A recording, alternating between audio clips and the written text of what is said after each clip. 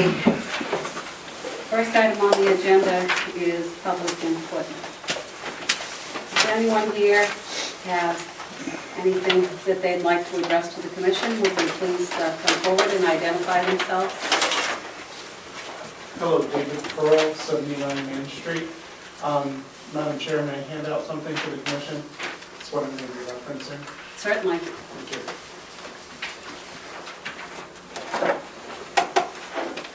Thank you. This is a question that was on the 81 questions that I had submitted back in April, and I got them back at the end of the, just after the last meeting. And there's just one question that I'd like to discuss on there. It's question number 7. And the question is about whether the chief had ever unsnapped his holster in a discussion with an employee. And I find that the answer to that question, as he stated it, that the Hooksett Police Department cannot divulge personal information about current or past police officers is incorrect. Because I'm asking him personally, that question was directed to him. It's my understanding that any officer can answer about their own personal information. So I just would like to clear that up. I don't believe the chief is bound by any law that he cannot answer that question. I would think that the answers would be yes, no, or I choose not to answer. Not that he cannot answer. So I would like to pose that question to the chief. Have you ever unsnapped your holster in a discussion with an employee? I'll answer that this way. There was a complaint made and the investigation was completed and I was cleared of any wrongdoing. So are you saying that you did, or are you saying that you didn't? I just said what I said. Okay. Okay, so we're going to leave that there. Well, I do want to file a right-to-know Okay. form that goes along with that.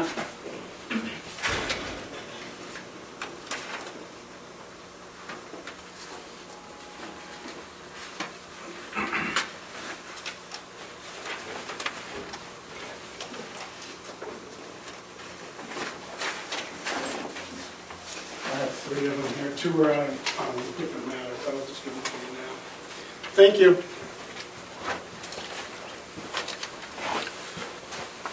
Okay. Is there anyone else here who wishes to speak? Please come forward and identify yourself, please. Thank you.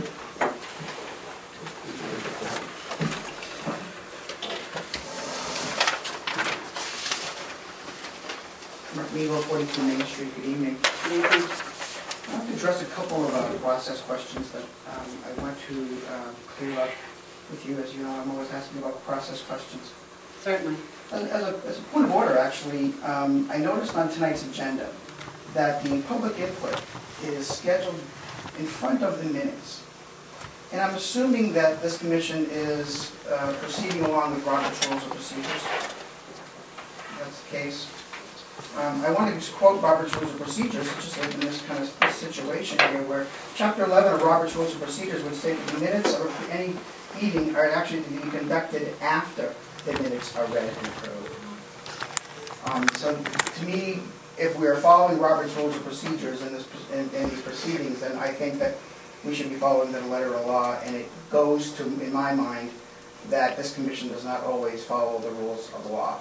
And for a lot of in law enforcement agencies, citizen-based or not, it's another clear indication where this commission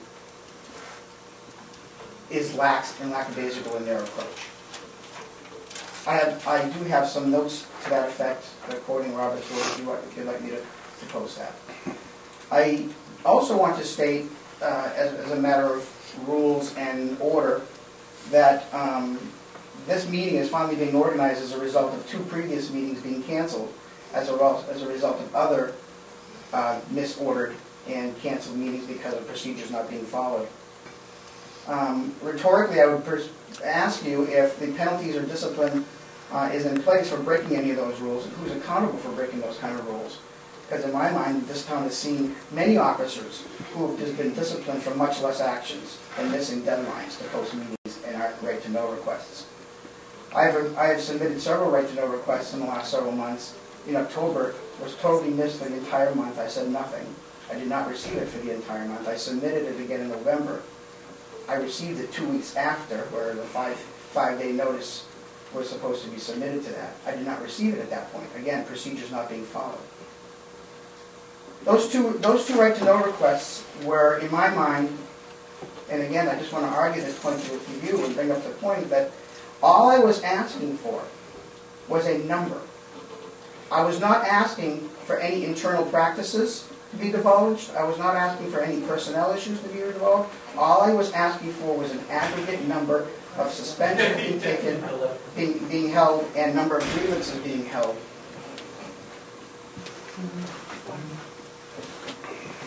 And those, in my mind, do not violate any rules of internal practices or personnel issues. The fact that the numbers do not want to be given does not preclude the fact that they should be given. And to refuse them is, in my mind, a violation of the right to know laws. Now, I know I have that right to appeal it, and should I choose to do so, I just want to speak openly in front of this commission that the buzzword of personnel issues doesn't always apply, especially if you don't want to answer. The obligation to answer, whether it's available to the citizen, should be responded to. And I believe my request for just numbers is administrative work product, not internal practices. Similar to the right to know request that I had asked for the review of the chief, based on comments that were made in the newspapers way back in August and September, where an officer was divulged some personnel information about his personnel reviews, and yet when I asked for information about the review, it was denied. Seems to me there's a contradiction there, and the Commission's denial of the right to know would imply that it was in agreement with the published comments in the newspaper to do just the opposite of the Department's practices. Finally, I want to ask, I noticed in tonight's agenda, I'm assuming that December 15th's minutes are not being posted because they are still being worked on. That's correct. As a conversation I've had earlier with that. I do want to state the fact that there was a very important conversation in that meeting that was not found in the minutes. And I brought it to the attention of the Commission already, but I do want to see that, because as a part of Robert's rules, all speakers must be published in the minutes and the subject identified. Thank you much for your time. Just let me respond to a couple of the questions that you brought forward, or a couple of the comments, so that we can set some of these aside. I know it's burdensome for you to come back and repeatedly ask some of the questions that you've been asking. With regard to the placement of public input on the agenda, I believe, according to the law, that there is nothing that states that you have to have public input. I feel with regard to public input, it gives the community the opportunity to bring forth the concerns that they have with regard to issues that perhaps we may not be aware of in the community. Whether or not that placement is right or wrong, I don't know, but I certainly will take it under advisement. With regard to, you're going to have to bear with me because my memory is not always as sharp as it should be when you get old, you know. For the men, it may be the hair, but for us women, sometimes it's the mind. With regard to some of the other things that you questioned about some of the procedures, whether or not they were followed with regard to a meeting that was posted.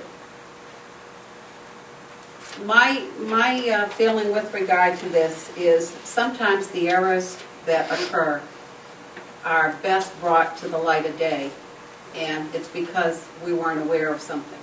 And in this case here, we were not aware of the fact that the person who also posts part of those notices at the town level was not there that day, and therefore that notice was not posted, so therefore the meeting could not go forward. Okay, and that was my decision. In the meantime, we have changed, I'm not going to say some of our procedures, but we have changed some of the things that we do, one being that besides it being posted here at the Safety Center, It is also going to be posted at the library because it is another public place, as well as being on the town's website. Now, before, the police department or the secretary or the administrative secretary did not have the ability to get into the town's website to do that posting. That now is going to be changed according to the town. She will have that ability. So hopefully we should not have to revisit that issue. With regard to the last meeting that was canceled, there were 2 members of the commission that were unable to make the meeting because of work-related issues. I think you can appreciate that I can't have a meeting by myself, and the only thing to do was to reschedule the meeting. Sure. Yes, May I respond? sure. Thank you. Just 2 things, and maybe as a recommendation. Sure. First, as a matter of process, when you are sending out these emails to someone at the town hall, perhaps now you may be able to institute a confirmation Right, that's right. of that email, to say Right. that, yes, I got it. Well, You didn't know if she was not working that day or something, maybe. She wasn't working, the person that does that, but hopefully that isn't going to happen because the person from here can now post it directly. They can go into that website and do it themselves, Sure. so they won't need that confirmation. Sure, thank you. Okay, but like I said to you earlier, you know, sometimes mistakes happen, and when they come to the light of day, we all benefit from it, and that's all I'm saying with regard to that. Okay, let me make one more comment about no mistakes and then the other comment, all right? Yes, everybody makes mistakes. Some people get written up for it, and others don't. Secondly, about the minutes and the posting of whether the minutes should be read before public input or not. My only point about that is I often come here and wait to hear if the minutes are approved before I decide to use a public input or not for that Okay. topic. So I would like to hear whether the minutes are approved or not. And then, knowing that they've been changed or altered, that might change my perspective on whether I should speak about it or not. Well, That's my only point. Thank you. As I said to you, I'll take that under advisement and I'll look into it. Thank you very much. Make sure I do the right thing. Thank you. Anyone else? Anyone else have anything? Okay. Okay, we'll move on to the approval of the minutes of the last meeting. And I believe the ones that are for the public are the December 8th budget workshop. And for some reason, I did not have that in my packet because I didn't read it, so we're going to have to wait to approve those later on in the meeting, if you don't mind. Okay. Why don't we move on to the monthly reports? And I believe you have in your packets the town budget reports, and we do have Francine's report here with Yes. regard to, Yes, the report you have is the town's reporting and Francine's report, which coincide dated December 31st, 2009, with 26 of 52, which is 50% of the year completed. And at that point, the police department was 43.96% expended. okay. Halfway through the year. I just have a couple of questions with regard to some of these, this expenditure report. When do we pay the maintenance contract? Because it looks like we haven't paid anything up to now. On which maintenance, we have maintenance contracts on. The regular, not the communication maintenance, the other maintenance. We It have says that there's still 17,000. I just wondered when we pay. Usually we pay late winter, early spring. You pay early spring? Late winter, early spring. Oh, okay, That so bill that- I showed you the other day. So that's why we didn't pay anything yet. Yeah, Okay. correct. Um, That's usually when, if I can, that's usually when they make them up, because they know our budget season starts July 1st. So they get it to us soon enough, knowing that it covers the time frame that it covers, so that we're not getting inaccurate numbers from them and having to go back and do a supplemental billing. Okay, with regard to drug and alcohol and psychological testing, we haven't spent any monies, any dollars whatsoever at this point. Fortunately not. Does that go with the hiring process? No? No, that is. It's just the that's- independent- No, that's current employees who But may have you- some issue. Oh, it's only on an as-need basis? Yes, Okay, correct. Okay. The other thing is there are 3 areas that I think, I don't know if we're going to be able to meet the rest of the expenses to the end of the year. And that's the police equipment, the personnel equipment, and the contractual for the uniforms. One of them we've spent 89%, the other one we've spent 70%, and the other one we've spent 68%, and we're only at the half-point mark. And the other one, If I can, the police equipment, the personnel equipment and uniforms contractual, that's paid once during the year.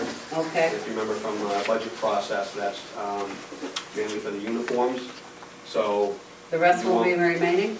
it should be, yes. Oh, okay. Unless we have, like under personnel equipment, say an officer's clothing gets damaged or vest or something like Okay. that. But the reason that is it's not something that is spread out because it's a one-time, from a contract, a one-time payment for those items. And it's listed under 2 different categories because account number 716 is contractual with our union language. Right. And for the non-union officers, it comes under 715. Okay, that's all I had. Thank you, I appreciate it. Anything else on? No. The next item we have is the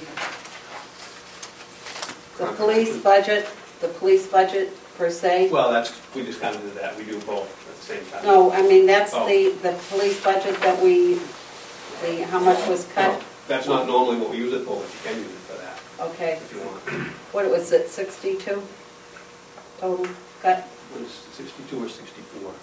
62, 64? $64,000 that was cut from the police budget when we made our presentation to the Town council. town council. In addition to what we cut.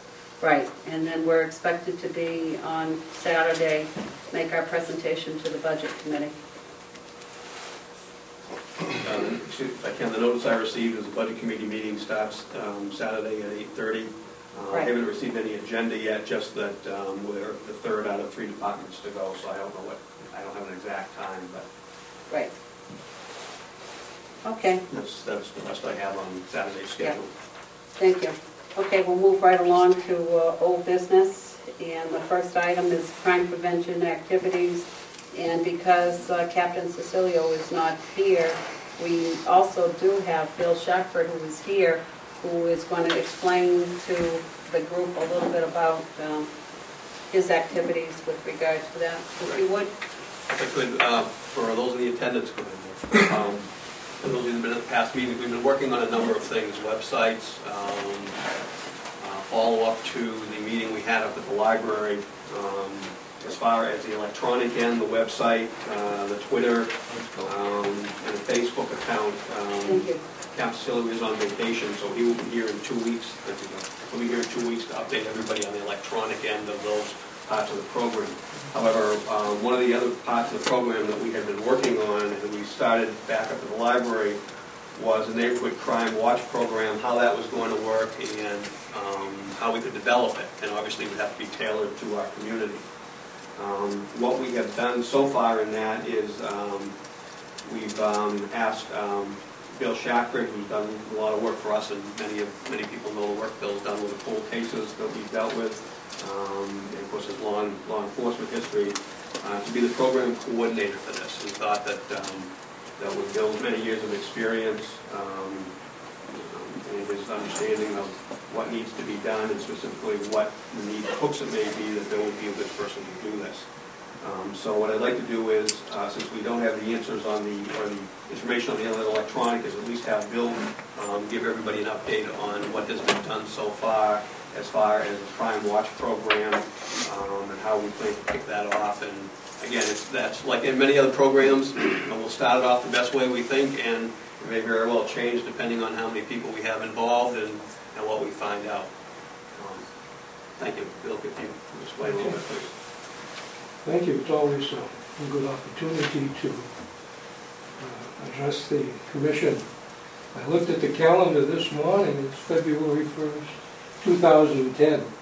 That means I've been with Hooksett PD for 6 years, and the chief keeps asking me, are you having fun yet?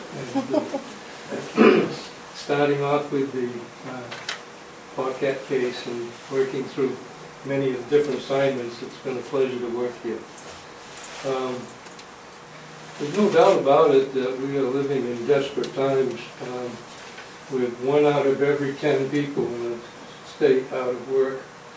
It only breeds an economy, a type of an economy that breeds crime. And every community in the state is being hit with burglaries, robberies, and home invasions. A few months ago, Hooksett was hit with 32 burglaries, all within a very short period of time. But thanks to our diligent police officers, we were able to get some of the perpetrators. A forum was put together last November at the Hooksett Library, and there was an excellent turnout for it. There was some interest in the Neighborhood Watch program at that time. The chief has asked me to research this topic and to what it consists of and what planning is needed to make it work effectively. And I've done some research on it, and I find that the program, to be effective, would be, first, it has to be organized with local and leaders. Second, the people that are involved in it have to be trained. They have to know what they're doing. The one thing that we don't want to have is a bunch of people out there acting as vigilantes, walking up and down our streets.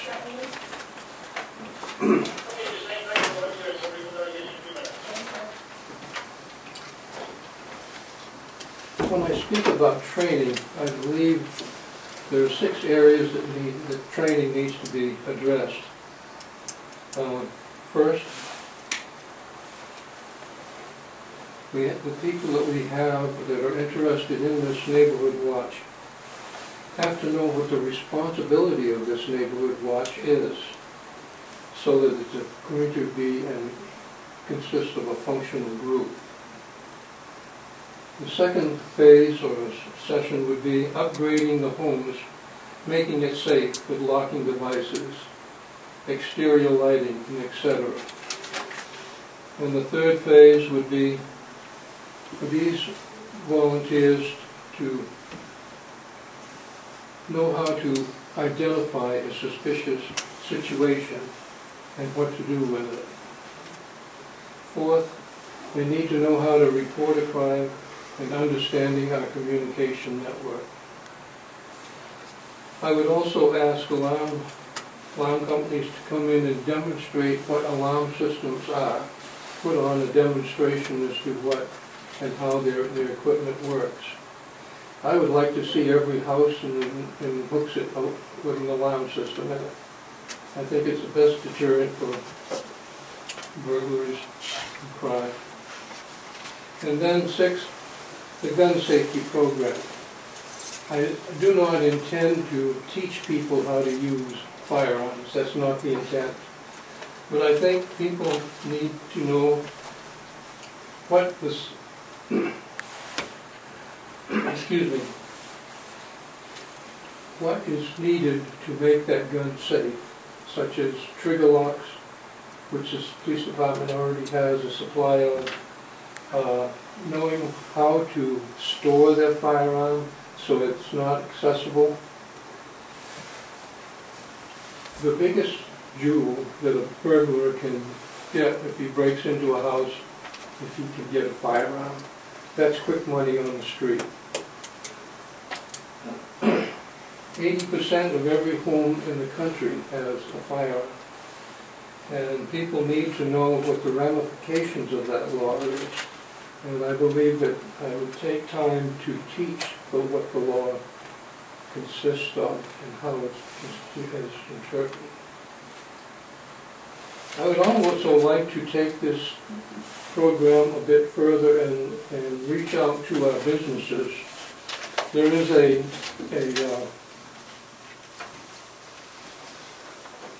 catalog that I've sent for, which is well written, and it's called business alert. I would like to go to each business in town, personally hand one to the manager of that business, and maybe discuss a few things, how he can make that business safer. I think this would be a good PR program for our police department, and would also enhance our neighborhood watch program. I just have one question. Sure. Normally, is a gun safety program part of a group like that for Neighborhood Watch? Is it? Is it part of it? Is it normally part of it, or is that something that you feel is needed? I feel it's necessary. But in other communities, do you know if that's part of the I don't program? know. Why can't we expand on that and just have a gun safety thing at the library? You're looking at a small group here. We had a large turnout at the library. Why can't we just do a gun safety? I think we'd have to check with some other agencies and find out what the liability may be on that, because if we wouldn't want, I mean, if you're talking about actually handling the weapon? No, just generic, like he was going to do, how to store it, Right. and stuff like that. I mean, I think maybe we could, if this part of the gun safety with this goes well, we probably could expand it to maybe just that as a standalone, training for somebody that maybe didn't want to be part of the neighborhood watch but had just that one question. So that would be a possibility. I think one of the things that we've talked about with detectives and with Bill is the fact that this is going to be changing. Obviously, we'll see how it goes, and we don't really know where the offshoots are going to come from. That could easily be an offshoot. There may be a business offshoot that comes of this program of just dealing with businesses, maybe just on alarms or stuff like that. So that, and a gun safety program could be an offshoot also. We kind of let Bill and said start with a more basic outline, but wherever it goes that benefits the community, we'll go that way. But does the gun safety program have to be part of the neighborhood watch group? And I know he was saying 80%. That really shocks me that there are that many people.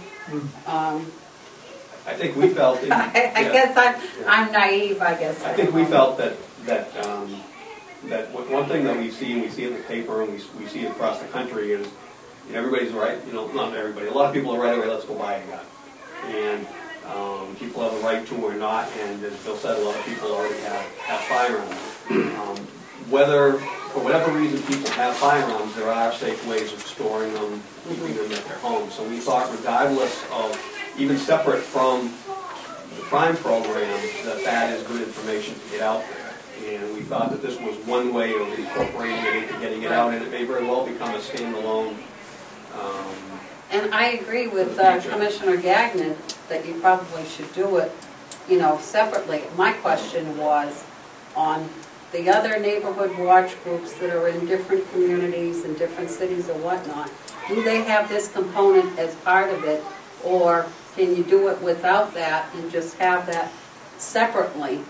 I think you can do it either way. Yeah. I mean, I think our discussion, I believe, was that gun safety is an important aspect, especially given the statistics in the part of the country we live in, so that along those lines of getting the other information out, that would be just another way to get the information out.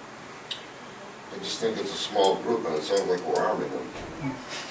It's not that I know we're not armed, and that's what my concern is, that people perceive that you want to be part of it, this is part of it, and I have some concerns.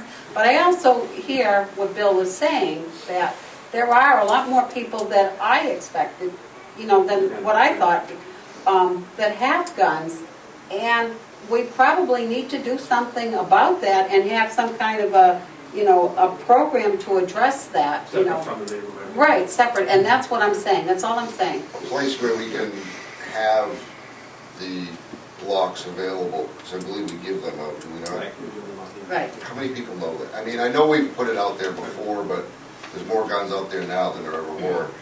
I mean, that seems to be, if we had it at, I'm using the library just because that's where we did it last time, but if we had something like that that would be beneficial to everyone who wants to come instead of, and I don't know how many people he has interested in this, but I'm sure it's a lot smaller number than Right. what would show up.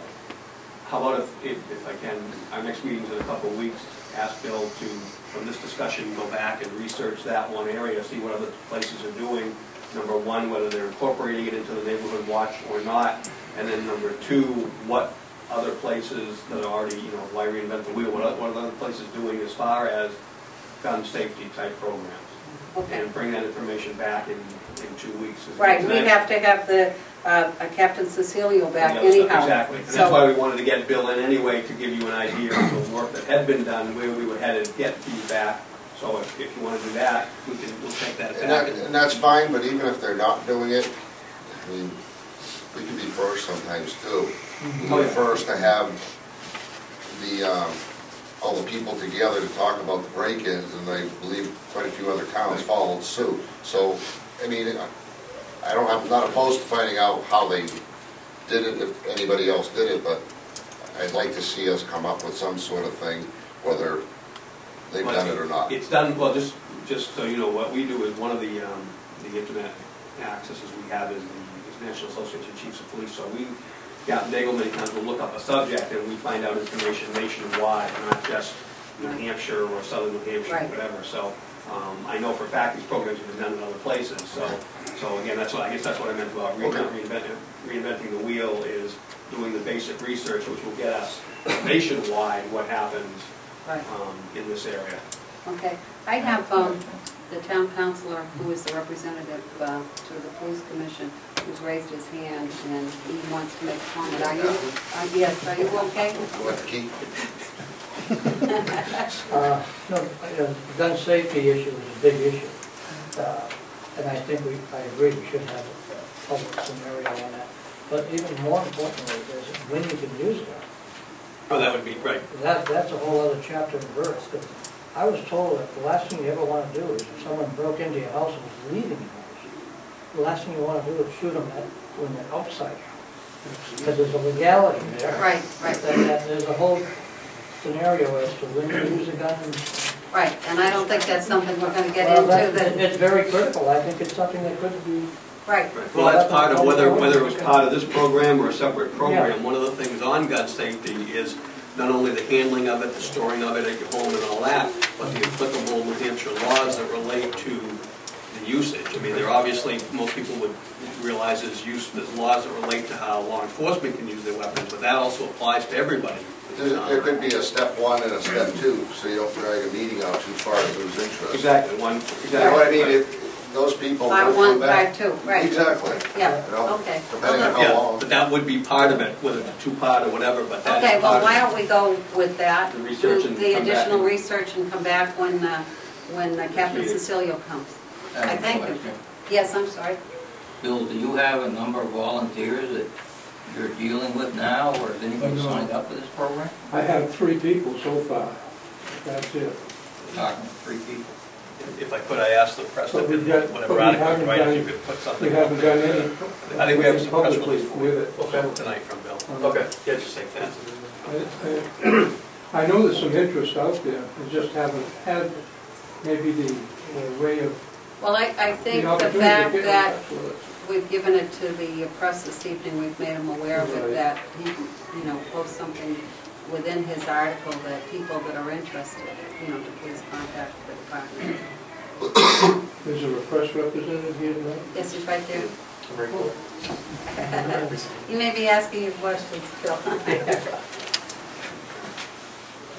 We have another member of the public that wishes to either ask a question or whatever. Is the commission okay with that?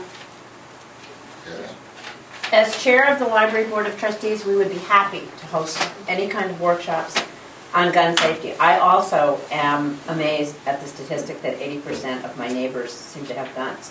And I want them to know what they're doing with them. So we would also be happy to publicize it through our website. Okay, Thank you. And do anything that we can to facilitate getting people to the meeting. thank you, I appreciate that. Perfect. Thank you, I appreciate that. Thanks, Bill. The next item on the agenda is the town attorney research. I did receive from Carol Granfield both the proposal from the attorneys that have been chosen for the town in its Hage and Hold. And in the document, they not only list their references, who they've done work for, in the fact that they have done not only municipal, they have done police work and whatnot, negotiations, and they also list their fees. And I believe the reason why Carol sent it to us was the fact that if we, as the commission, have issues that we need to have clarified, that we can use those attorneys, and they have provided their fee schedule with regard to their rates, and there are 3 attorneys on staff there that would be able to do legal research for us, as well as an associate in law clerks. So I guess did you get this also in the mail? Yes. Okay.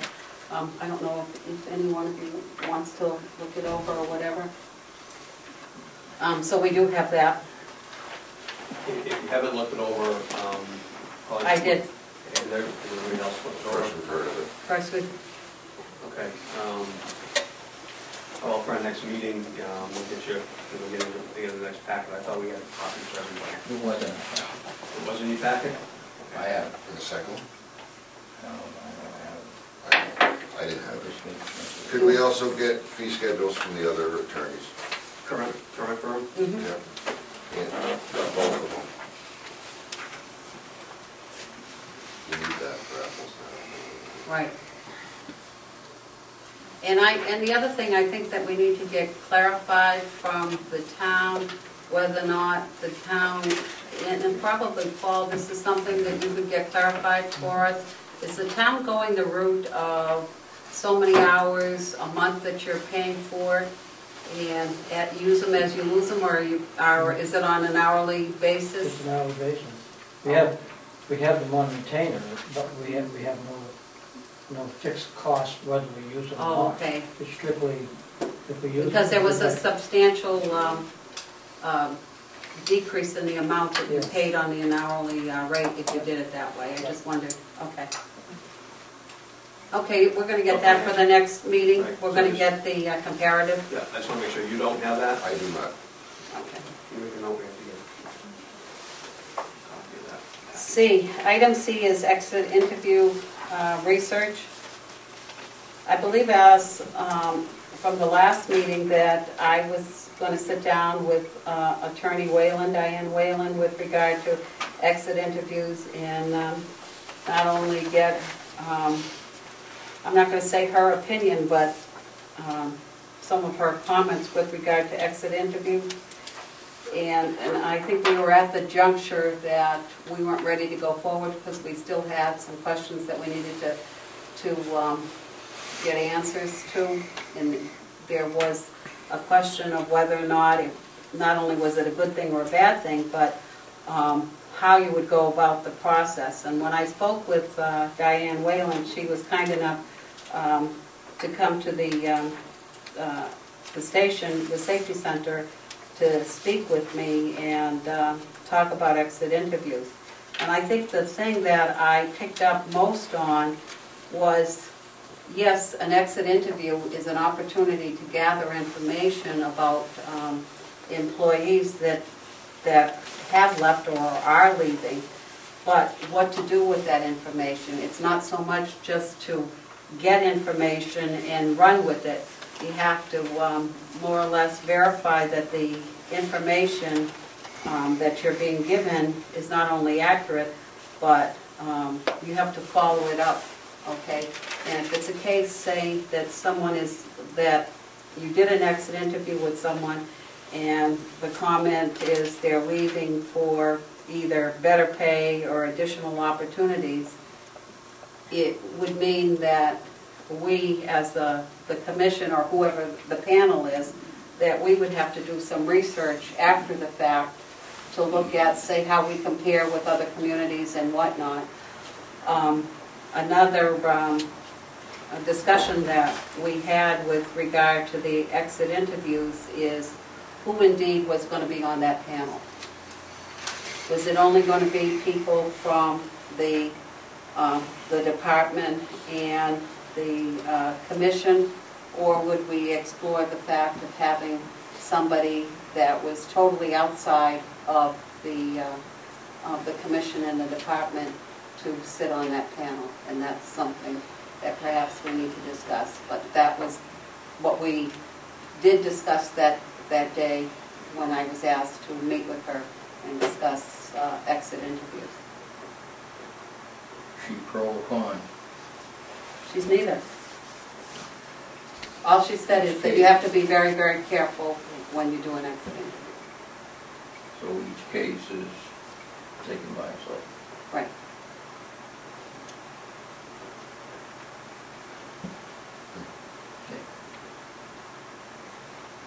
So you want us to, I guess the only other thing that I can suggest is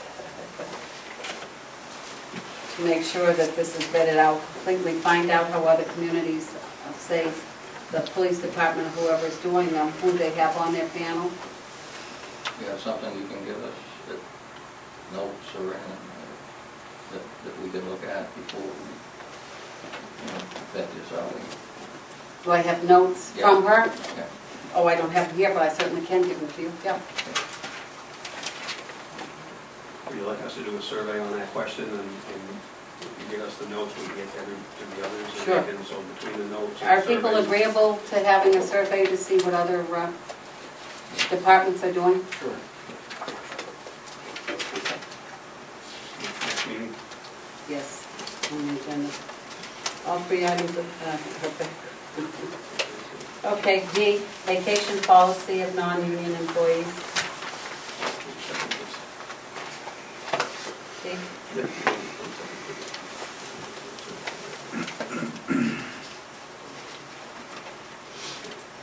I think at the last meeting, we had talked about, a number of meetings where we talked about a vacation policy for the non-union employees. And I believe it was the last meeting that I had submitted to the commission information, what was from Article 9 of the current commission, the current contract, and what was being done for the non-union employees.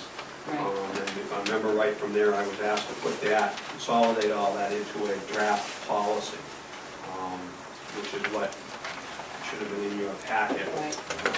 titled right, that. So this is a, if you will, from the last direction, a draft of a policy for the non-union employees. I believe all the language is the same or extremely close to what's in the contract, so everybody's on the same level playing field. So I guess it's up to the commission to discuss this and decide if that's, if you've thought about it, if you want to implement this, or if you have any other thoughts. My goal was to put everybody on the same playing field. And I believe that I gave you also the language from the last time and what this is, so you can compare union and non-union. What's the pleasure of the commission? Looks all right to me. Yeah. Take a motion to accept it. Second. Okay, any other discussion or questions with regard to it? It's in conformity with With the language of the, the CBA. Correct. right. Okay, I'd like to amend that motion. okay. That it will stay the same. If the contract changes, it changes. So That this it will- changes or it comes back here for review? Yeah. Well, it has to come back here for review. If it changes in the contract, I would like it to have to come back for Review of the review. non-union policy. Correct. Okay, now are people, are you clear with that amendment that he wants your motion to be that is clarified that if there is a change in the contract, that would come back here in front of the commission to be reviewed once Mhm. again? Yeah. Okay, It's Article 9. okay. All those in favor of the amendment signify by saying aye. Aye. Aye. We'll go back to the main motion. Any other questions with regard to the main motion as it was amended? Seeing none, we'll call for a vote. All those in favor of the motion signify by saying aye. Aye. Aye. There you have it. Okay. The next item is the mobile computers and the impact fee. Yes, you have a letter dated December 8th from Captain Daigle as to where we were on the planning for this project. Obviously, it's been a little bit of time since then. I've asked Captain Daigle to give a quick overview if anything's changed since December 8th, and roughly where our plans are on this project as we move forward. If you would. You have that letter?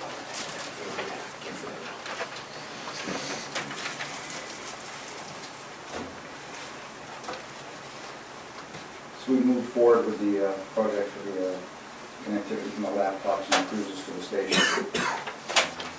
Since the last meeting, we revised the numbers as far as what we're going to put out there and the locations of where they're going to be. I believe with the help of Lieutenant McDaniels, we've come up with a final plan.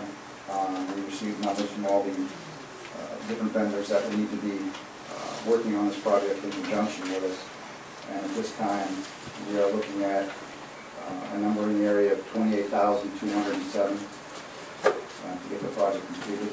At this time, we have approximately, I think at last report, $100,000 in the impact fees that will be accessible. And you have checked with Christine? Correct. Yeah. Yeah. As we discussed before, I think the earlier user release date on some of the funds was sometime in 2011. The exact date being at this time. But we're ready to go. I have quotes from all the vendors and stuff. So that's what we're looking at this time, approximately $28,207 to get the connectivity that we need to get the project done, working with all the vendors. I'd like to point out, however, as we discussed before, that given the timing of this project, the funds for the continuation of the monthly fees for the connectivity to the cruisers are not in next year's budget. Okay, and the yearly fees right now from Verizon for that connectivity are $7,222.32 for the number of air cards and connections that we are proposing at this time. Given that we have not appeared before the budget committee, we don't know what cuts may or may not come from them, and that this is not in next year's budget. I would suggest that we might need to wait before we proceed with that. Also, I have emailed Carol Cranfield to see if they have any other proposed uses for that impact fees. They never really got back to us on that, as far as if the council may be looking to use that in any other capacity that may be allowed to be used for. So, I guess the only other area that you could use it in would be in the facility, but not for the work that has to be done for the repairs. It would be expansion.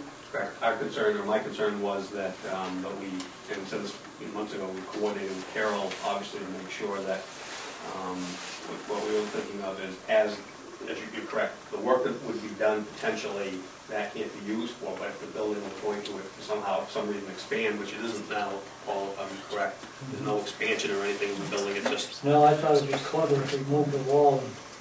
Well, that was part of the thought, that if something like that happened or changed the structure, then the impact fees could potentially be used if the construction was to grow. So we didn't want to have two entities dipping into the same pot thinking X number of dollars there. Looks like that's not the case, but we do want to get final from Town Hall, that money, no monies are somehow planned through the Facilities Committee or whatever to be used for the building out of that fund, so that, again, two entities not tapping into the same fund. And then the second thing is, as the captain and I discussed, just making everybody aware of the fact that that we didn't budget for that one item in the budget. Our the money somewhere else in the budget, which we would, depending on what the final budget comes in at.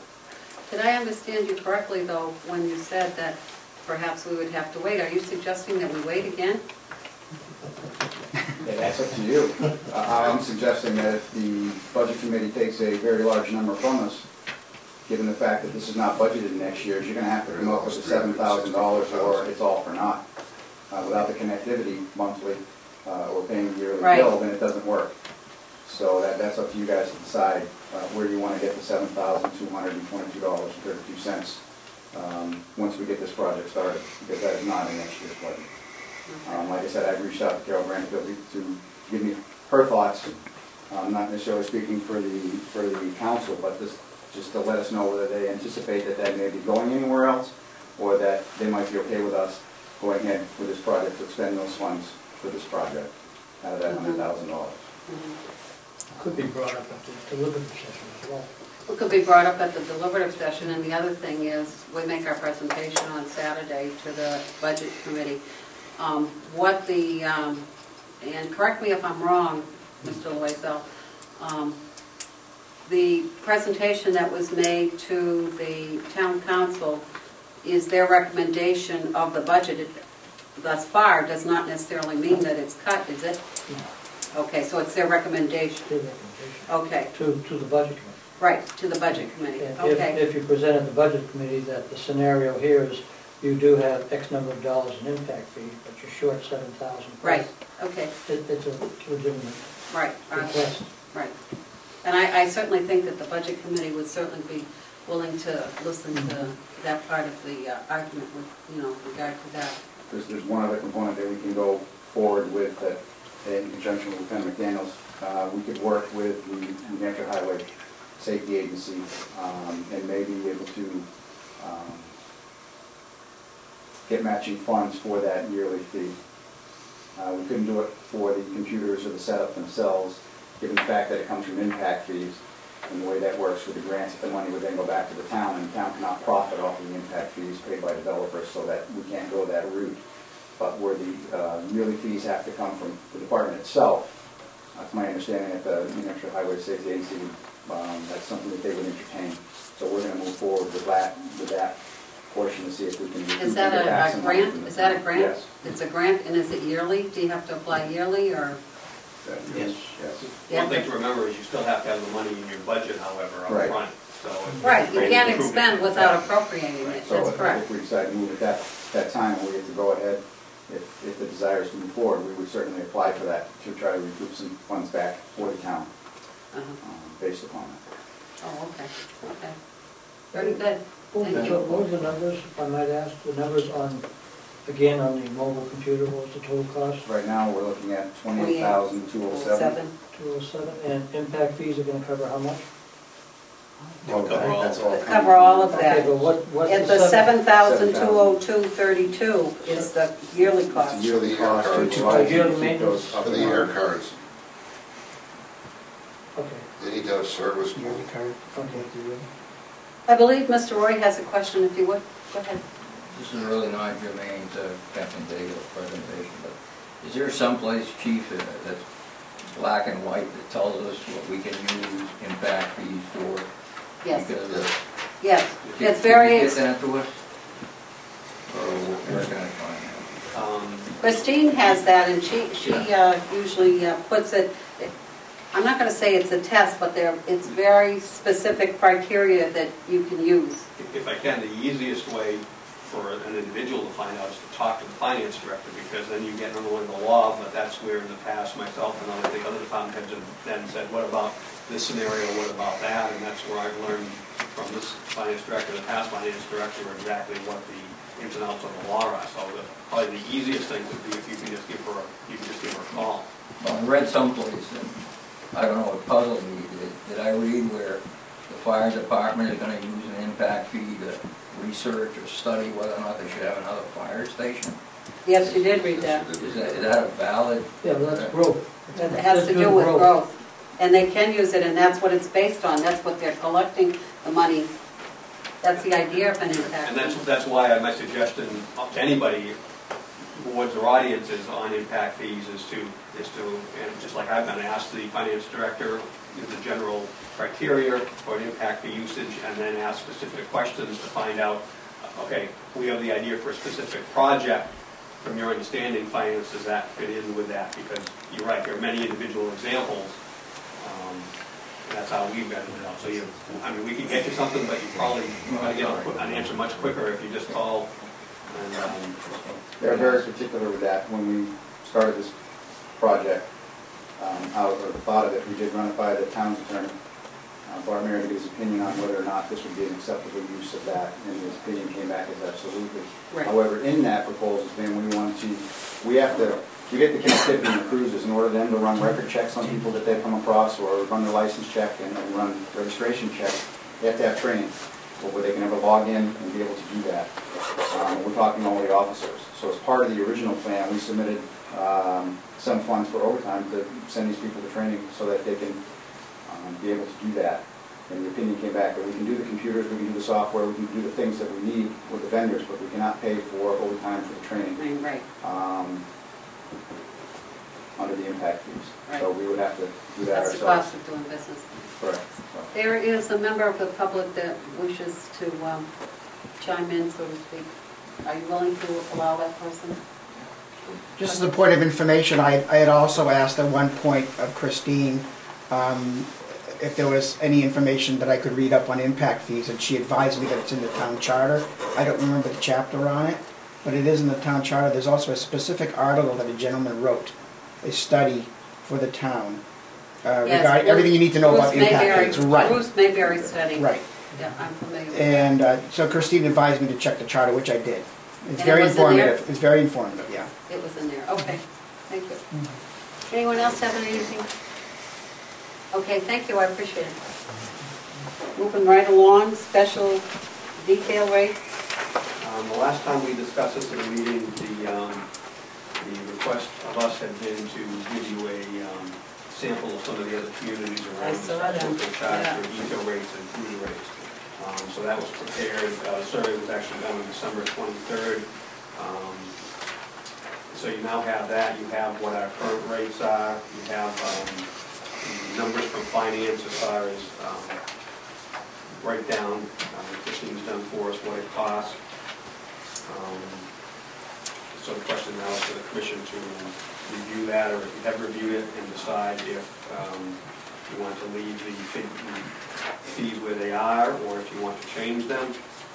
Just so you know that in the, if the union contract changes, the fee number changes there, obviously that's another time. We usually revisit this once a year, usually in the summertime, because the contract changes, so that we don't, the town doesn't get behind. What's the pleasure of this board? Go with the recommendation. I'm not sure we made one, to be honest. Yeah, we haven't I think we gave you the information. Those published rates, which I'm looking for. Well, that's where we currently are. That's where we currently are. That wasn't a recommendation, that's where we currently are. So what we do is, this is where we currently are, this is what finance has done from a financial analysis, and then you have this year survey at the same time, or in addition to. Well, we're gonna be on the high side. There's only- Right, that's what I, Merrimack's the only other one that, although their cruiser rate is less. Right, I mean, you can say where it is, you can move it. I don't It's know totally up to if the we should commission. be It's just increasing It's it. a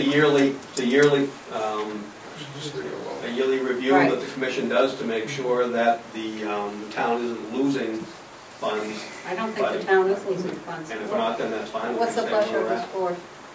Want to leave it as this? Well, what kind of activity are we getting on special details? Are they going more towards the private individuals? Or do we have any I idea? don't know, I guess I'd ask, I don't know if Captain Daigle could tell, he handles the betting of them. I'm not sure if we just hold on to these rates, Hold on. Yeah. then we can just hold on to them. In past Hold years, on we've and had- bring we've it done- back in the summer. Right, we do every year, so. Okay, thank you. Can I just get a, Do you need a motion? You want a motion? oh, I'm not sure, I guess I'd ask, just. 'cause Or we- you want a well, consensus? What do you want? Maybe a motion only because the commission reviews this issue every single year. So there is the motion to remain at the current rates. I'll entertain the motion to that effect. Subject to full review coming up as usual. On further review. So moved. Is there a second to that motion? Second. Okay. Any questions? No? All those in favor of the motion signify by saying aye. Aye. Aye. Thank you. The next item is one of my favorites. He's sitting right here. Graffiti, town council. Stevie. What do you have for me tonight? Actually, what we did, I did some research on it, and I wound up looking at Manchester's ordinance on graffiti. And it's actually broken down into 5 categories: of purpose and intent, definition, graffiti declared public nuisance, prohibited conduct, and penalty. And it's a 3-page scenario, and I thought it was pretty darn well done, and I asked the council to review it, and basically they've agreed that it covers all the bases. It has a maximum of $100 fine, and I think it will fit our purpose quite well, and there will be a public hearing on it. Okay, and then the council will decide whether or not they want to put an ordinance in place? Correct. Okay. But the council feels very good about it. Do you have any idea when the public hearing is going to be? It'll be this month if it isn't scheduled for this Wednesday, because we have a council meeting this Wednesday, and I don't know if that allowed the administrator enough time to post it. I don't think so. I saw it on the No. agenda. It'll be I think it's in the latter part of the month, 27th to 28th, somewhere in there. Is there any provision in the one that you researched from, is it Manchester you said that you researched? Yeah, it gives, the definition it breaks down, aerosol paint, felt tip markers, graffiti implements. There's a declaration that states that the board, in this case it would be the town, hereby declares and finds graffiti to be a public nuisance, subject to abatement according to the provisions and procedures established herein. Graffiti defacing and damaging both public and private property. Moreover, graffiti, whether public or private property, is often visible to the general public and therefore distracts from the aesthetics of the town. It's a very well done ordinance. Is there any provision that for those people that are, picked up for doing graffiti or whatever? I know just what you're going to say, because one of the councilors asked, can we add a paragraph that says, if you did it, you got to clean it up, Yeah. right? Yeah. Yeah, well, that's something that'll be under the penalty clause if you want to modify it. Okay, and I believe in some communities that I've seen that they also have to do community service. But That's not in something here. else. We can add it, but that's usually at the judge's discretion. Well, it's something to entertain. If it goes to the ordinance, if it goes to an ordinance, then you have something, yes. Just quick, for Paul, our prosecutor is in the process, has already talked to Carol, and we're meeting with Carol to review all the town ordinances that relate to the police department. So if you could, Carol, I assume is aware of that, but if you could put that into that packet, if you will, for their discussion, because there's many ordinances that the town has now that relate to the police department. Some are, the enforceability is questionable. Right. So, and I know Carol's in the process of getting all the ordinance codified at this point, if that's the word, and we asked our prosecutor's working with her, so if you can talk to Carol and add that into the package, that way there would be no question. We wouldn't have to get it in and then turn around right away and have to review it again. On the penalty portion of it, I think there's a couple of councils that wanted to weigh in on what we were discussing here, as far as doing public service and so forth. Good, Okay? thank you. I think we need, Yeah. Well, isn't there a lot of specialized equipment that goes with this program that Manchester has? I honestly don't know, but I do know there is special products for removing graffiti. It's graffiti removal. Yeah. It's exactly what it's called. Yeah, is that right? Yeah. Wow. Manchester has a band, I believe. That's all they do. It's 2 people. As soon as they erase it, they come back in another day and it's back. But the fine's pretty significant. Well, I understand that. It's catching them, I guess. Yeah. With them out there. Is it the highway department that does that, or is it? I don't know. The truck has blue lights on it, so it has to be tied to the police department. But by the same token, if you don't do anything about I it, agree. it sends the message that it's okay. But we have to, well, we don't have to, but I guess it's okay to have a code, but what are we gonna do with what's up there? Yeah, well, that's why you have to find $1,000, hopefully. I know, but I guess there has to be some sort of direction too. You'd have to have, I mean, the Right. Hackett Highway Hill Bridge has department's just gotta been be painted Right, involved. well, many that's the problem, times. is that, you know, you can't count on how many people you're gonna catch to Right. go back and clean up the mess, so how is the town gonna address that issue? The other thing is, I think in some communities, I've seen where they have some designated funds, whether or not they come from businesses or whatnot, but I've seen communities where businesses, because they don't want their businesses, oh, absolutely right. so what they do is they have some kind of fund, and for those that they can't, you know, Well, I think this is step number one. It is. The next step would be to speak to Dale Heeman and see if he has any input as to how we can handle it as far as actually the removal process, like I said.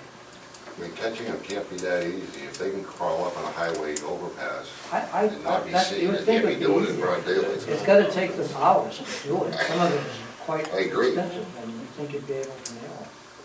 But the devious do it. I wonder if it's the kind of thing like the crime line thing, if somebody has a lead that somebody, you know, I don't know. Okay. We're moving on to new business, the annual record meeting. Yes, the annual record meeting, we have once a year, this week for all the record companies that have been approved to be on our record list. And any others that may be interested, go over any of the issues, good points, bad points, and also go over, review the fee structure. I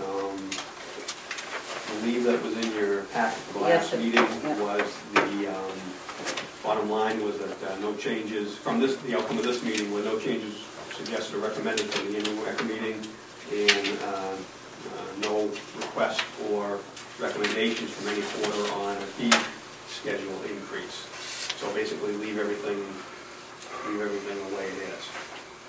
So if you had the chance to review that, what we do is the commission signs, basically approves a list of fees, and if we need you to sign that, that's the page, if you're all set with that. But basically what's coming out of this bottom line is not changing anything from what it was last year. What's your pleasure? That's why I would ask that you could sign that. And probably make a motion to make a recommendation that nothing is changed for the record policy, would be the fee schedule. Okay, I'll entertain a motion with that regard to what the chief just alluded to. If folks are okay with that, that nothing is to be changed and to go along with the fee schedule For calendar year 2000. for the calendar year 2010. I'll make that motion. Is there a second? Second, Any question? call the memorandum of understanding. Yes. Okay, all those in favor of that motion signify by saying aye. Aye. Aye, opposed, seeing none. Here, I'll pass that on to the side. Okay, do it. B is the training grant. Yeah, that was just to give an FYI to the Commission of Citizens. There's actually 2 training grants we put in for, Lieutenant Daniels has done the work for, and put in recently to send officers to specialized training programs out of Right. state. We put in these grants through the Police Standard Training Council. So it's just more, not so much what it was for, but the point that that's one of the things we do to get some money back from the town. Obviously, we put up money up front, obviously, for the training cost, and the money comes back back to the town through these grants. So there's 2 at this point right now that we've done. Just an FYI, it's another method for getting some money back. What's the training for? First, we're sending 2 officers to mid-management training up at down at Roger Williams University. And we're sending a 3rd officer to Field Training Officer School and Development down at Roger Williams as well. So I just want to give you an update that that's something, another thing we do as far as attempting to get some grants, grant money back. Okay, Okay. good. The next item, the proposed 2010-2011 budget status, we already did. Yeah, I think that's really the minute. Okay, the next item is proposed warrant article status. I did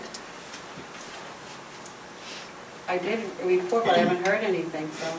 My understanding, well, the council voted to not place the warrant article for the communications on the warrant, so it's basically a dead issue. Is that That's a correct? dead issue, yeah, That's correct, okay. okay. Just for everyone to understand, it's really being on that.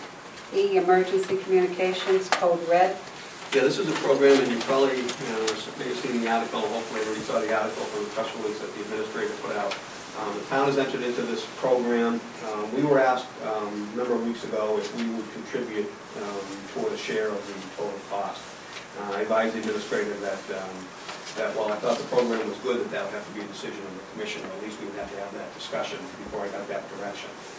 And that was the information that was in your packet.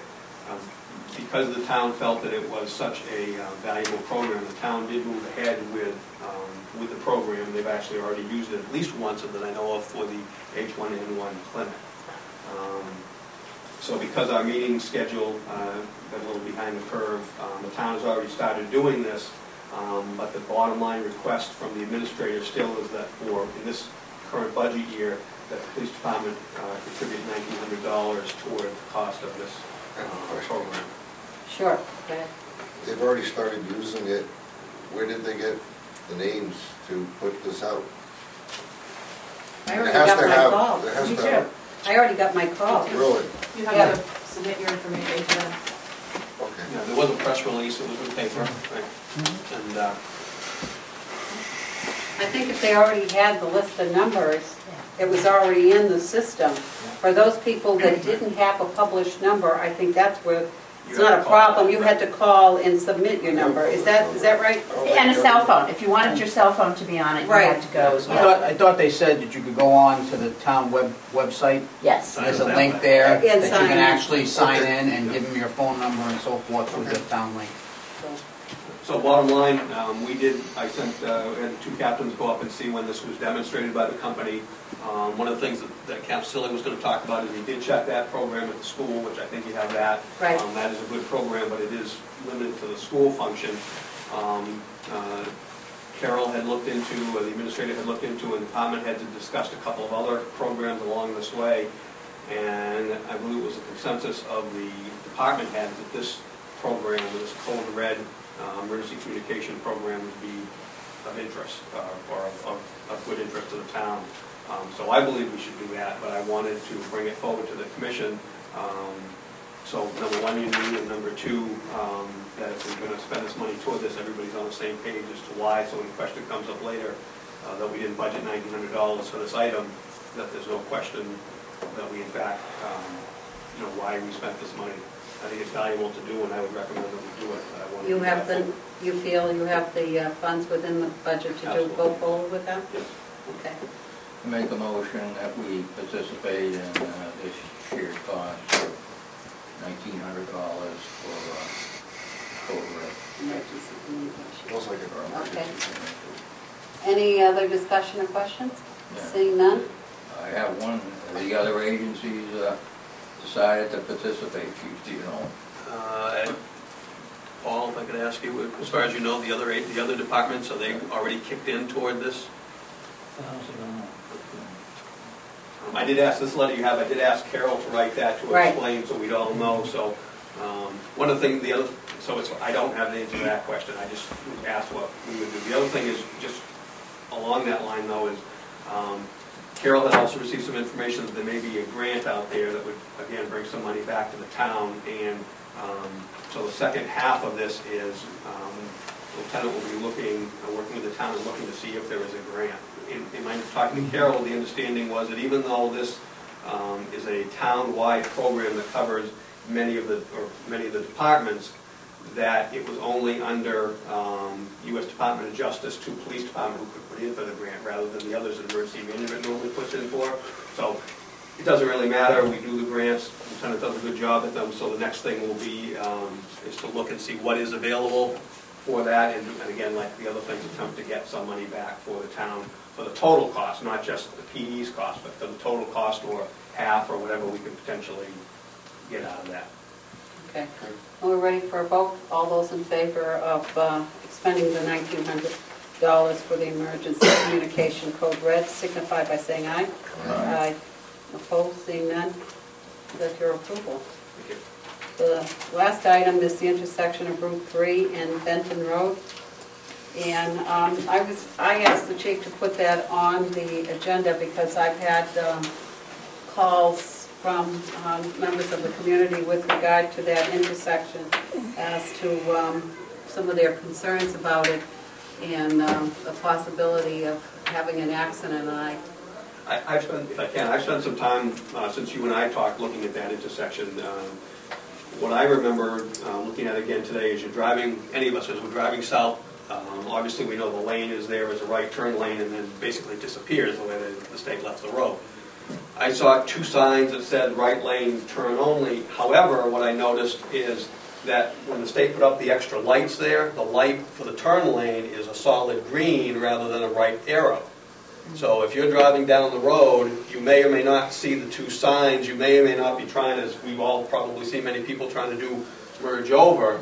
But if you look up at the lights, and I don't know about you guys, but I look up at the lights, especially when there's multiple lights, it's showing that lane that doesn't exist to be a solid green lens.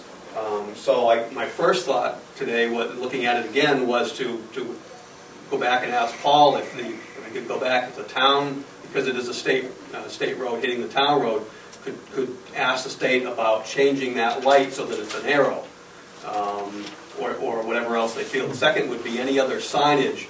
If we get an update relevant to the widening. Oh, the widening, anything along those lines. That's been on the burner for quite some time. I think we've all that have driven that know that it's an issue. You drive down and the lane doesn't exist anymore. And there are many people, especially if you're from out of town, it doesn't make sense, and they're merging in, and it is a problem. I think it's an accident waiting to happen, but I'm not sure that there's much we can do about it other than asking the state to address the problem and do a better job of notifying people. well, that's the other reason why I brought it up, because I know that that project is supposed to be starting, and if I recall, in the fall, they had all their stuff out, the surveyors were out there doing their work and whatnot, so Yeah, I don't know what the when I status saw that, I figured that that project was, but that was in the fall, and, now we're into the winter month, and I'm sure they don't do that project then, but I just wondered that before they do that project, whether or not we should contact the state or someone to, like you say, maybe it's to put that light with an arrow for that. I don't know what the resolution is. Right. My thought at this point is that where it's a major road issue, that something come from the town to the state. My quick thoughts are that light needs to be changed to something more appropriate. Maybe the 2 signs that they have up there now that say right turn only, maybe they can make those in a different color, because with all the signage down there, they don't stick out. How can you change the light? Have a green arrow. 2 lights. Green arrow, all Right, right. because now when you're driving down there, you see. Particular lane. Right, so you see, if you're driving down and you don't pay attention to any of the signs and you're trying to keep from getting run over, you see 2 totally round green lights. And to me, that means you've got 2 lanes to go. Especially if you don't know the area, you go to another city or something, most of us, we're just trying to stay in one piece, but you look at the lights, and if you see whatever you see from the lanes is where you head to. And right now, if you head toward that green lane, you head toward the light, except it doesn't exist anymore. So my guess, and I'm not a traffic engineer, is that light needs to be something done with that light, because it's giving a false impression of a lane that's not there. Number 1. Number 2, maybe something with signage. Number 3, any other safety ideas the state could come up with, and maybe number 4, what are the plans so the citizens know of the Route 3? We need to make that request too.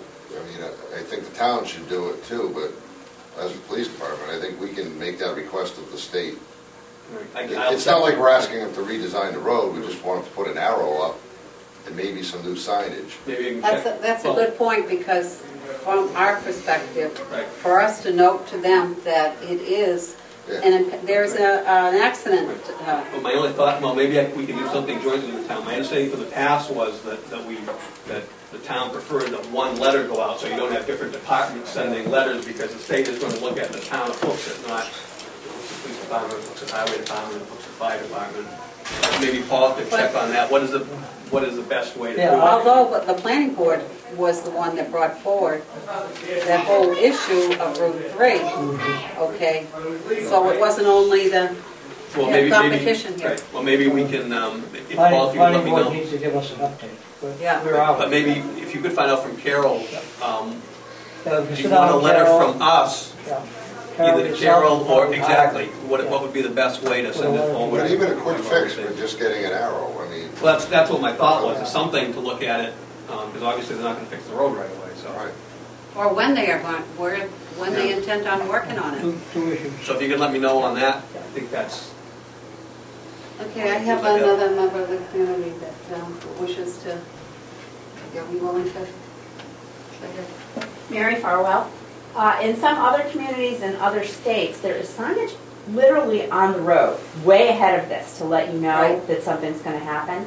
And I also wonder if you could have overhead signage somewhere in the vicinity of Walgreens. Right. Because you see what happens, people are in that lane and all of a sudden they're seeing the light or what, and they're starting to angle over just before they get to Dunkin' Donuts. So I think that notification much prior Right, would allow a better merge. right. Yeah. Right. so if you can let me know, or let Carol let me know. And I don't know really what is in as far as the state's plan. I know it was from Martins Ferry Road over, huh? All the way to beyond, Yeah. McDonald's. All the way down to McDonald's, it's not, yeah. All the same property. Yeah. So the plans are done, there's something like, I forget what it was, $4 million that the state. Wasn't that grant, Yeah. that money came from? Yes, it did. It did come. That came. Senator Gatsis was the Right. one that worked on that. So, but that money isn't a lot. It's there, but it doesn't necessarily mean. I thought, though, it was in that earmark for this For a particular, period of time. because Right, there was a were time certain frame. things that were Timeline certain, on it. yeah, there were certain things that were delayed, but I thought that worked there specifically because of several other issues. I'm going to ask to have Joanne Duffy come before the council and give us an update. Okay, I appreciate that. Thank you. Okay. Other business. That- Anybody else have anything? Public input? No, we're going to have the items for the next agenda first, and then next time we have to have that contract verification. Okay. The other thing, or question, this has been posed several times, and I don't know if we need to discuss it as a commission, whether or not we want to go forward and have this department accredited. Well, during the budget process, you decided no, setting money aside Right. for that. So you haven't at this point budgeted for next year. Well, I guess I need to find out what's involved in, So you want to get you some research on it. okay.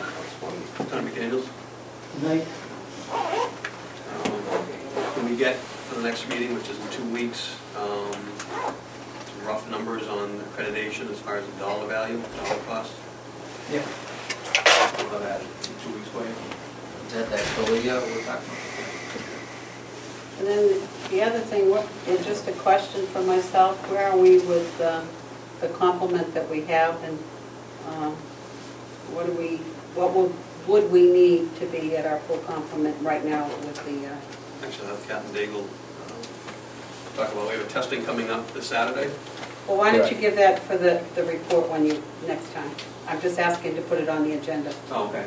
These are just items for the next agenda. Okay? We'll then have the result at least of Saturday's testing. Had an initial testing, John? Yes. Again, if I could, how many people do we have? Approximately, I think we took in 75, 76 resumes. We still have a couple of days to confirm attendance, and we're in the area of 40 confirmed attendees at this time. Okay, you have that on. Thank you. And the next item is the public input. David Pearl, 79 Main Street. I'd like to ask if there's been any conclusion to the 2 complaints that I filed a few months ago. With regard to the complaints, I did do some research, and the other part of it is, I think that this commission needs to have a discussion as to what the response would be. I believe we have something that is partially done but not completely done, so until that's done, but I expect to have it done shortly. It's not for lack that we haven't been working on it. Thank you.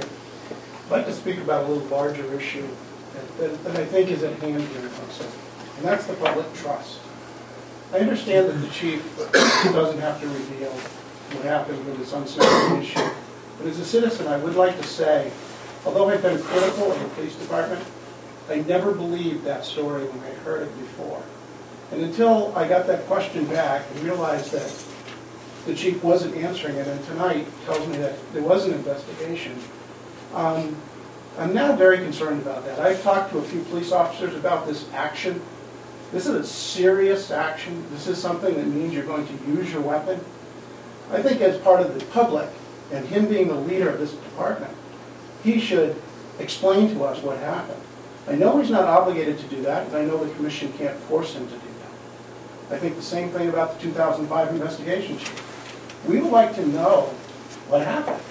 It's your right to not say no.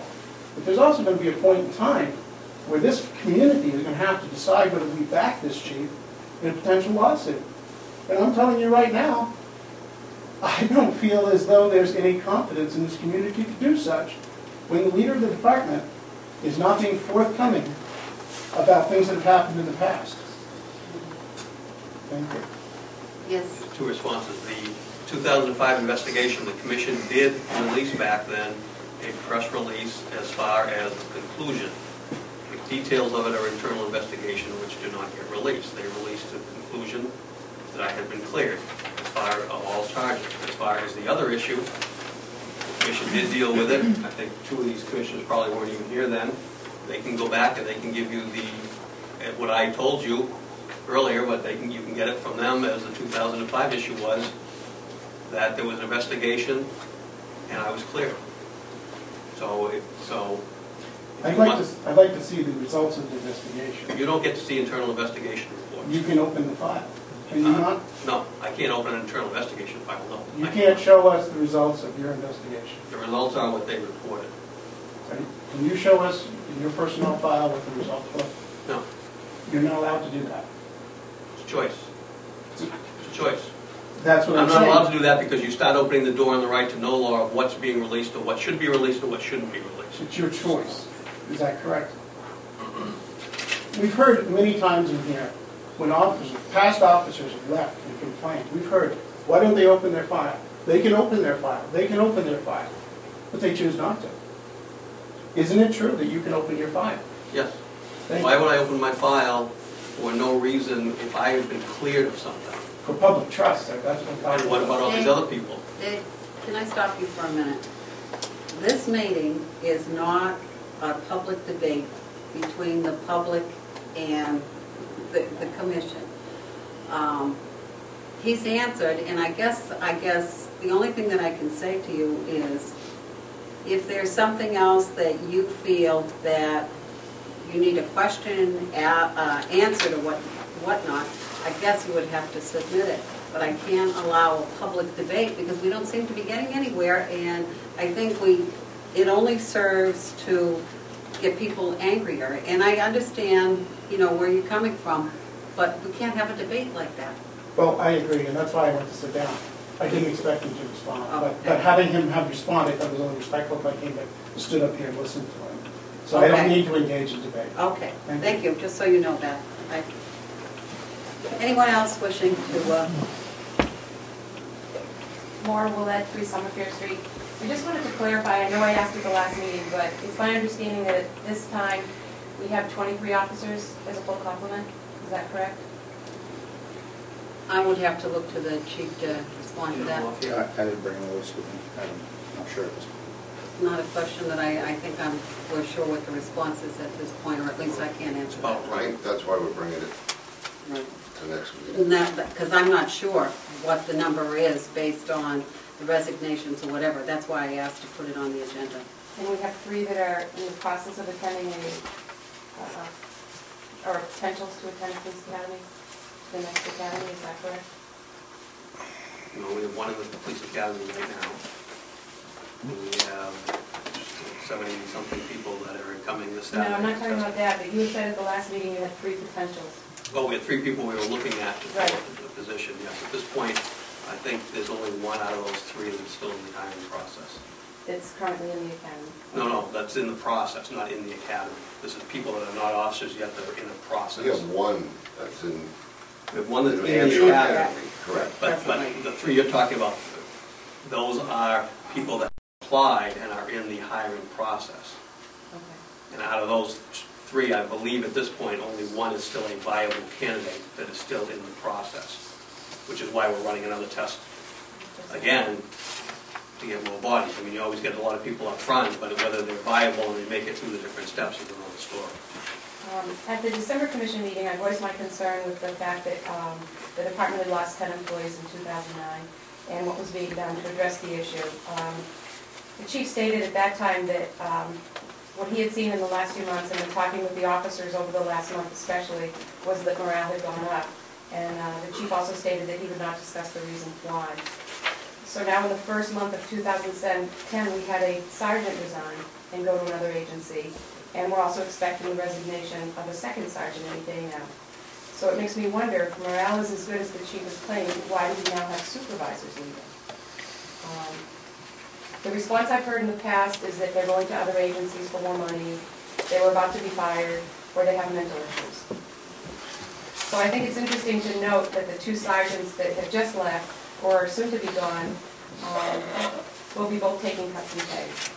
One will take a $5,000 cut in pay, and the other one's taking a $10,000 cut in pay. I was surprised by the explanation I received. The officers watched what happened to Jason DeFina, and in their words, realized it could have been any one of them. So while the chief is saying that morale is improving, the reality is that the actions of terminating Jay DeFina are now causing a greater upheaval within the police department. The problems within the department seems to have escalated. When the second sergeant leaves, to my counting, that will leave a full complement of 25 certified officers. And where this department is certified for a full complement of 29 officers, they have funding for 28. So the question is, are we prepared to handle this? We'll be down to 22 certified officers. And do you consider this a critical shortage? And do you consider it a crisis in the HPD? And what are you doing as a commission that can ensure the community that it's a safe and secure community with this many officers down? You know, I looked at, I went into the academy, the New Hampshire State Police Standards and Training. I don't think I have the name right, but the next training happens April 26th, and if they're successful, they'll end July 30th. Then they still go through a training here. So you're looking at months and months before you could possibly have someone on the road. The training after that ends December 31st. You're looking at 2011 before we can have more officers. This is scary. You know, we're down in the teens before you know it. Yes. As far as the reasons for people leaving, that's personnel, and we can't discuss it. I will say that some of your information that you received is correct, some is not correct. As far as are we safe, yes we are. The schedule has already been addressed as far as other staff members or moving people around. So the citizens should not see any difference out on the street. Okay. Meetings have already been held and the schedules have already been addressed. Thank you. Anyone else wishing to address the public? Yes.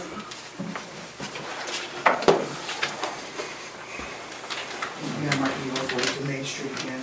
Sure. I just want to readdress the issue about the exit interviews, as I responded back in December as well, which was not in the minutes, which is one of the points I wanted to make earlier. And I feel my comments should be made, so I'm going to make them again. I'm not sure, I do exit interviews in my own full-time job. It's a regular thing for me. But I've taken human resource classes to do so. And what I want to highlight to the commission here is, you said you've spoken to the attorneys. Exit interviews are not legal procedures. Exit interviews are human resource procedures. And I'm begging this commission to seek out better advice or additional complementary advice than an attorney who's already told you what she thought. I'm begging you to ask our town's HR coordinator, Liz Dion, for some advice on how to conduct exit interviews. Because it's not what the commission wants to get out of an exit interview. It's what the employee wants to provide the commission of how they felt about their employment here. You're supposed to ask them, or they're supposed to tell you what the department is doing right and what the department is doing wrong. Why are they leaving? For negative or positive reasons?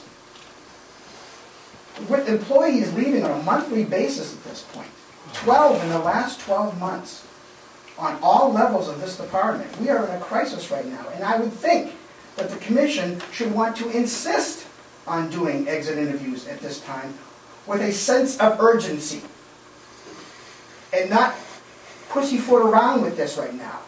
There are people leaving in droves, and you as our citizen-based commission need to find out why. And if the least you could do is talk to the officers before they leave, that would be information very valuable added to you and to the citizens. And yes, whatever they say, you should take their advice and act upon it. And as Attorney Whelan said, follow up with it on your exiting comments and find out what's going on in this town. The urgency is drastic at this point, and it may get worse. So you need to pick up the ball and run with it. With the process going from the employee to the commission, not the commission to the employee. You need to hear what they have to say before they leave. Thank you very much. I do want to present also two more right-to-know requests to the chairperson. Thank you very much. If I may approach. Let me just respond to your comments just now.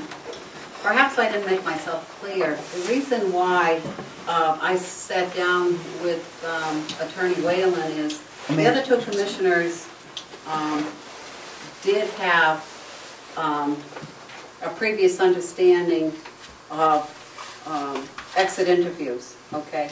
I had not been here, okay, at all. Sure. And I certainly was in favor of doing exit interviews.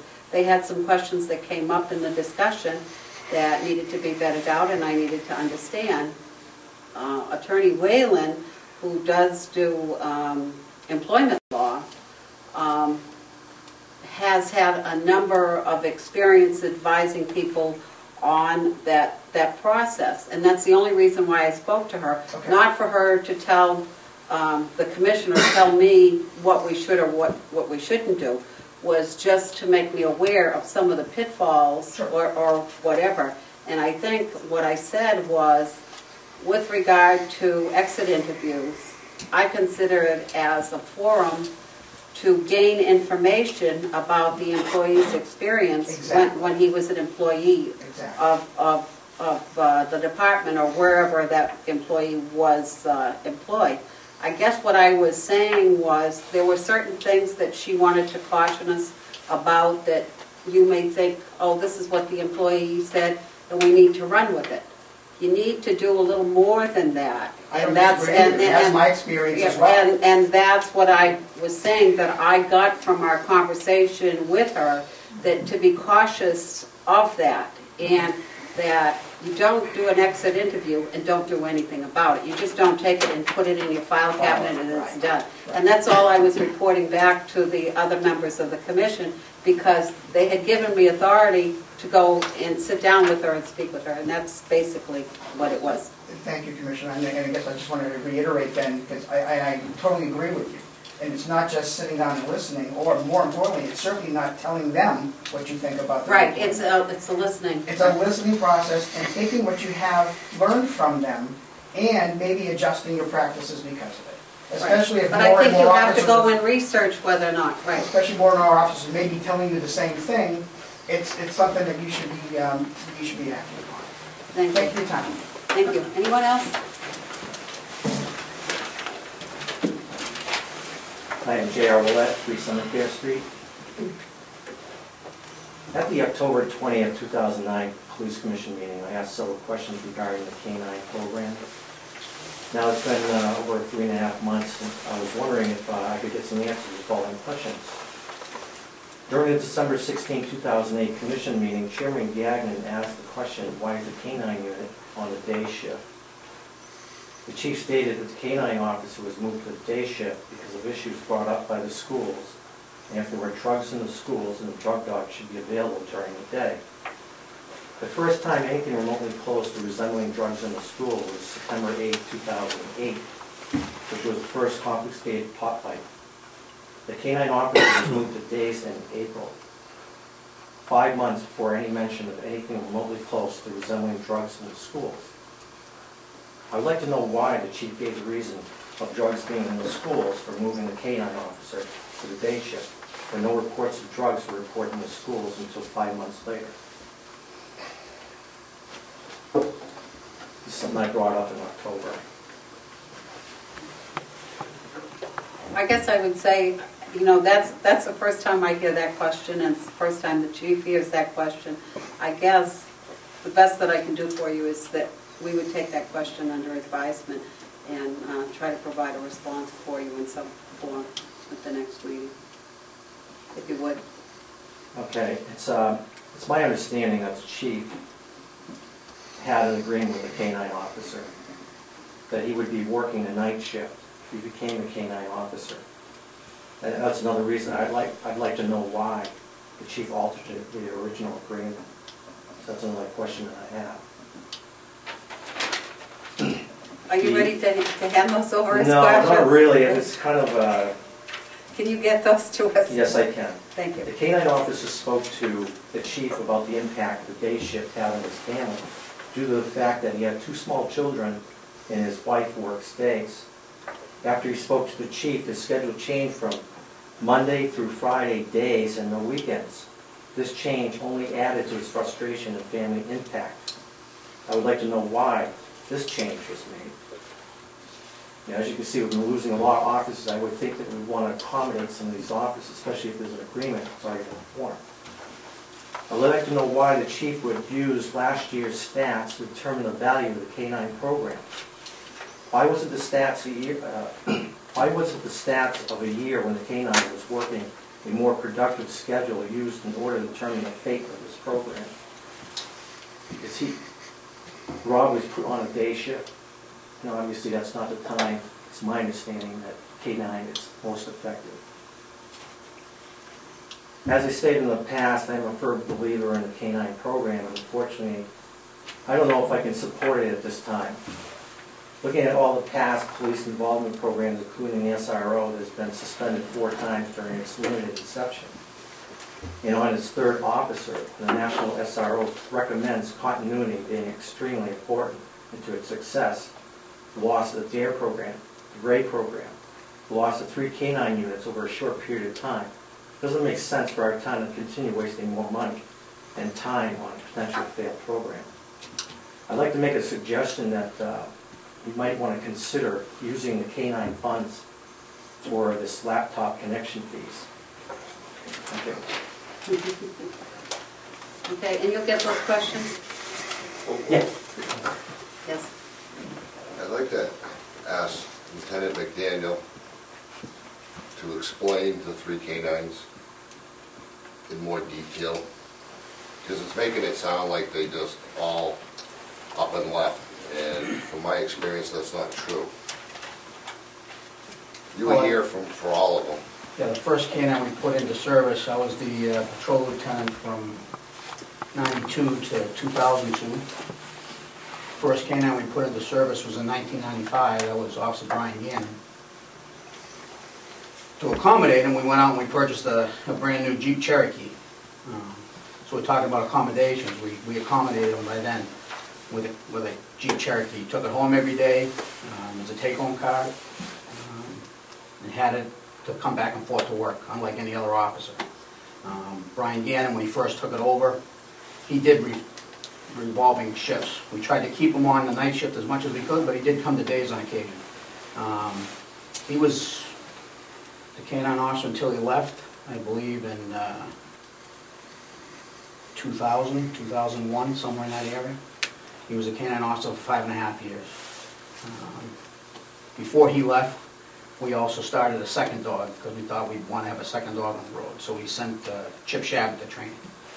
Chip Shabbat finished his training just before Brian Gannon left. We had 2 dogs on the road for 3 months.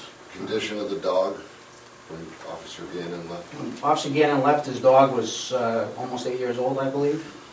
I did a study on this. I had it written up. I don't have all the figures. I'm asking you off the top of your head. I'm just, If you wanna roughly bring it- he was about 8 years old, and doing checks with the National Canine Association and so forth.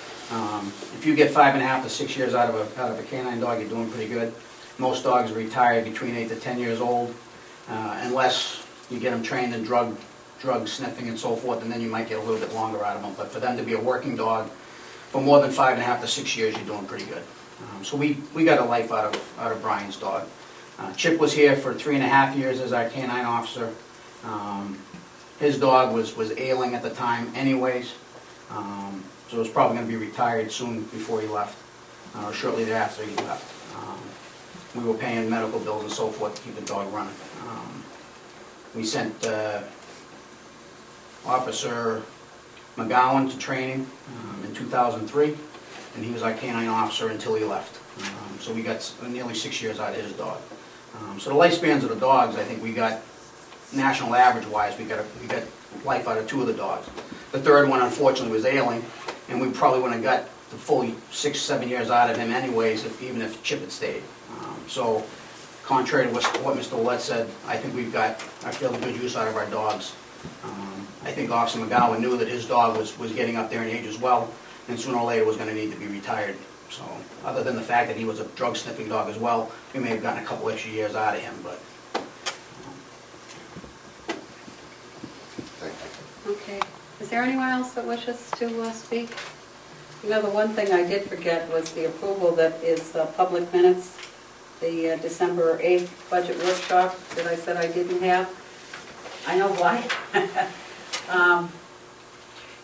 Has everyone had the opportunity to review those minutes? Okay. Did you find any errors?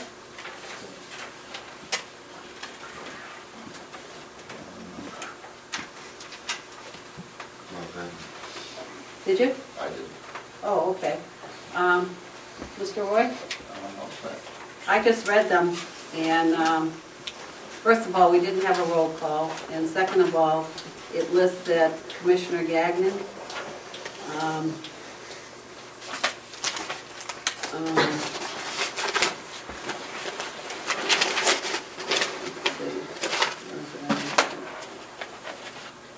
Oh, I can't find it right now. But down the bottom on page 1, the first page, it's Donna Fitzpatrick.